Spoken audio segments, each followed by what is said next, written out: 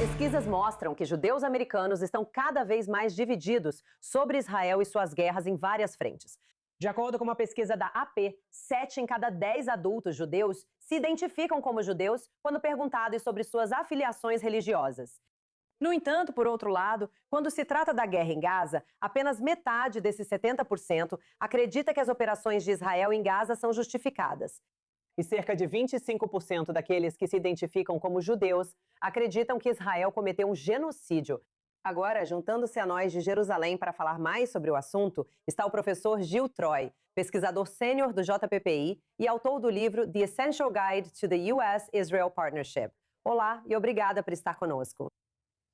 É ótimo vê-lo e feliz pós 4 de julho. Sim, exatamente, exatamente. Então, conte para nós, antes de tudo, sobre essas pesquisas. Quero dizer, elas são parecidas, mas diferentes, mas todas meio que chegam na mesma coisa que está te deixando intrigado. Algo mudou desde 7 de outubro sobre a visão dos judeus americanos em relação a Israel nesta guerra, que talvez eles não tivessem considerado antes?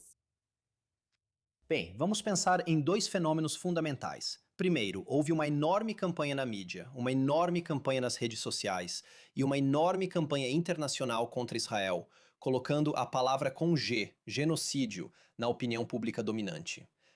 Eu fiz um estudo de 9 meses, nos primeiros 9 meses após 7 de outubro.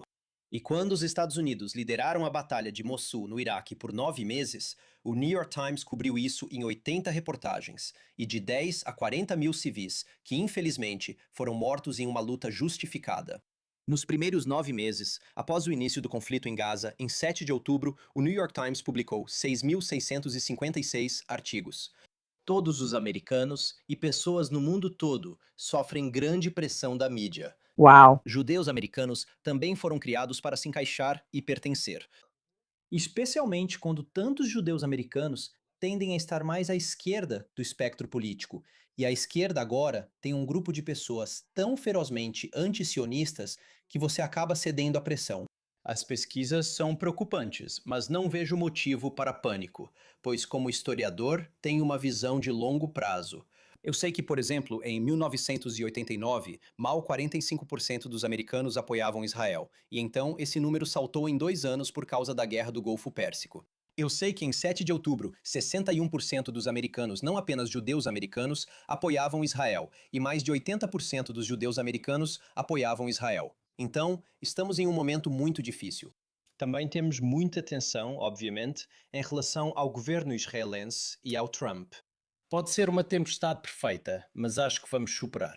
Bem, quero dizer, e há tantas camadas nisso ao mesmo tempo. Quero dizer, estamos vendo tantas mudanças nas administrações desde 7 de outubro. E claro, todos os distúrbios nos campi e o que ocorre com Mondani. Mas você tem razão. Acho interessante essa questão de assimilação. Isso faz parte da experiência judaica-americana ao longo dos séculos. Acredito que o 7 de outubro despertou muitas pessoas que achavam que estavam assimiladas e indiferentes. Eu me encaixo, mas percebo que, sabe, ainda assim, quando chega a hora da verdade, aquelas visões sobre os judeus ainda existem, mesmo que não tenham sido vivenciadas até depois do 7 de outubro. Certo, o antissemitismo que surgiu foi impressionante. Nós realmente temos esse fenômeno de alguns judeus americanos se distanciando e se tornando muito mais enfáticos e agressivos sobre isso. Mas você aponta que também houve esse aumento.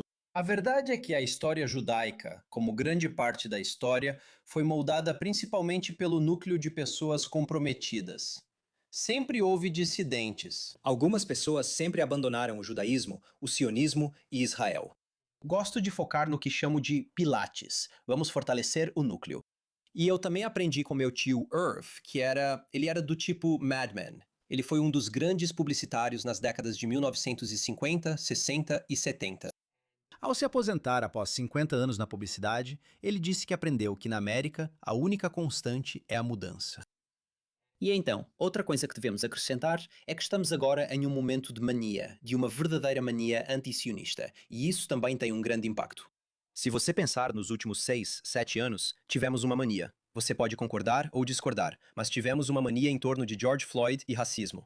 Tivemos uma mania em torno do movimento Me Too. Tivemos uma mania em torno de trans. Às vezes, a mídia e as redes sociais acabam intensificando as coisas.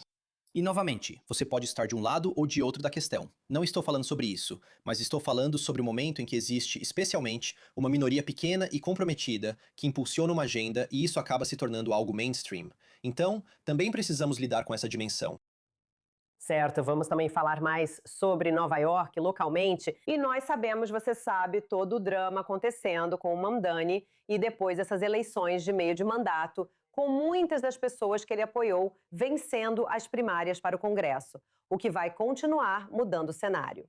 Mas uma coisa interessante, sabe, dito isso, quando você olha politicamente, percebe que os judeus dos Estados Unidos, na verdade, apoiam mais ou tornam Mamdani mais popular do que Netz e Netanyahu, mesmo aqueles que se identificam como judeus e se importam com Israel. Isso é muito contraditório. Então, novamente, é um momento de confusão de identidade. Também houve demonização. Stanley Cohen escreveu em 1972 o livro Pânicos Morais e Demónios Populares sobre essas manias. Israel, especialmente Bibi, virou um demônio popular.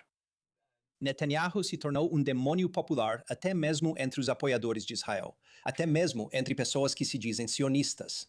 Ao mesmo tempo, Mamdani está com uma certa aura em torno dele. Então, novamente, não é surpreendente que estejamos vendo isso, mas é claro que é preocupante. Tem um amigo congressista democrata do meio oeste que sempre diz: não se esqueça que Manhattan é uma ilha. E também devemos destacar que no dia seguinte à vitória dos três aliados de Mamdani, os três candidatos ao Congresso em Nova York, o Comitê Republicano do Congresso, enviou flores para Hakeem Jeffries e uma nota de condolências. Eles disseram: sentimos muito pela sua perda e agradecemos por facilitar nossas vidas. Agora vemos uma espécie de guerra civil no Partido Democrata. Há muita raiva contra Trump, que serve como fator de união, mas isso esconde divisões profundas com uma extrema-esquerda intransigente, de pacifismo suicida, contrária à polícia, ao ICE, a Trump e a Israel. E eles estão usando isso para tentar ganhar influência sobre o resto do partido, que é anti-Trump, mas não tão radical. E como equilibrar isso, né? Quero dizer, bem, em Israel você tem partidos dentro de partidos. Mas sim, há muitas nuances dentro de cada um deles. Infelizmente, nosso tempo terminou, mas foi muito interessante. Gil Troy, muito obrigada. Não deixem de conferir seu e-book, The Essential Guide to the U.S.-Israel Partnership. Obrigada novamente.